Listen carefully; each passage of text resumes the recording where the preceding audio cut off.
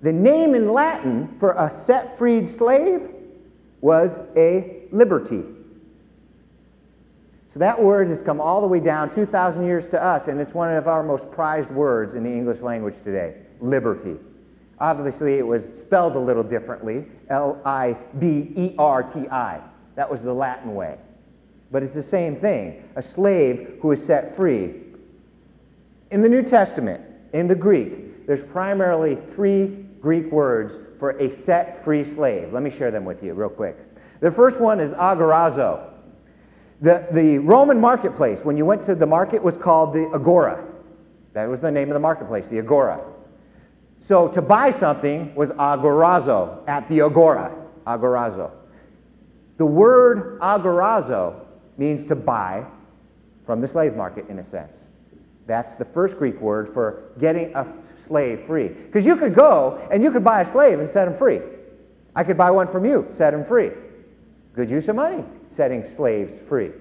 1 Corinthians 7 says, you were bought at a price. Do not become slaves of men. Jesus bought us. Where did he buy us from? The slave market.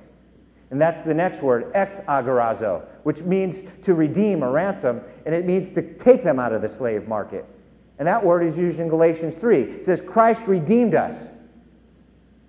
And then the third word is lutreo, and it means to liberate by a ransom also, or to redeem. And that's from Mark 10:45. It says, even the Son of Man did not come to be served, but to serve and to give his life a ransom for many. For those of you who are on my midweek mailing, I shared this with you, a little bonus up front to let you know some of the things we were talking about. There's several ways you could free a slave in Roman times. A slave could free himself. If you had a slave, you could actually pay him a stipend. Here, you get $20 a week, do what you want with it.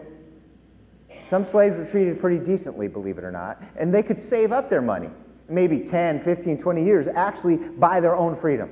Their masters could say no, but their masters could say yes, and that often happened. So not all the Romans were heartless. Here was the most interesting way to free a slave, though. When he's serving you at the supper table, say, sit down, have supper with us. And the moment he sat down and reclined at your table, you proclaimed him a free man. Isn't that touching? And it brought to my mind a passage of Scripture where Jesus says, I stand at the door and knock, and if any man hears my voice and opens the door, I will come in and dine with him, and he with me. It gave me that thought, because in Jewish homes, one of the regulations for Passover every year is you have to recline at the table. It's a law, it's a rule.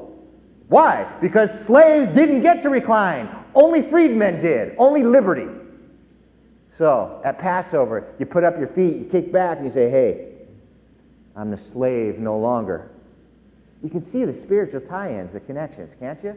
Stunning. And we're going to be looking at a lot of those at our annual Passover Seder.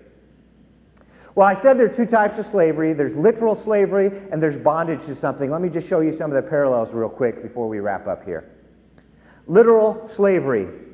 Usually you're enslaved against your will. A slave was made, for example, if you went to war with another nation and conquered them, you could take their people as slaves. So we went to war in Afghanistan. All these people fought against our people. We took them and we put them in Guantanamo. Now we don't know what to do with them. They wouldn't have had that problem those days. Those guys would have become slaves. That's how they did it. And the Romans conquered everybody. So they had like more slaves in Rome than freed people. It was crazy. I think the ratio is actually 1 to 3 or something. For every Roman citizen, there were 3 slaves, or it might have been backwards, I've forgotten, but it was really tons of slaves. Slavery, you're enslaved against your will. In the same sense, you and I were born into bodies that could not help but sin. We are enslaved to sin from the day we're born. Nothing we can do about it. We're enslaved against our will. Parallels. Literal slavery. Some slaves, however, actually voluntarily became slaves. Let's say, for example, you're out of work. A few months pass. You sold all your property to try to feed yourself and your family, and you're still out of money. Now what do? Well, you become a thief. You starve to death. Or you can actually sell yourself. You're out of everything else to sell, so you sell yourself. A lot of people became slaves rather than starve to death. So you could voluntarily become a slave. People voluntarily at times give themselves over willingly to the bondage of sin. I gave you the example of smoking. You just think of the things that beset people, things that ruin people's lives. Most of them we stepped into voluntarily. So there's slavery against our will to sin, but there's also the bondage that we bring upon ourselves. Slavery, literal slavery, cruel taskmaster, obviously. But sin is also a cruel taskmaster. Slaves could rarely free themselves, and we cannot free ourselves from sin. The best way for a slave to be redeemed is if somebody pays for them, buys them out of the slave market and sets them free. Obviously, it's the same with us. And the Greek word for that is to be redeemed. Redemption. Jesus came to buy us out of the slave market. What's the price of a slave? Slaves are pretty pricey. But he paid a price that nobody had ever paid before. He paid in blood. You know what I'm saying? He gave his life to save our lives from the taskmaster of slavery.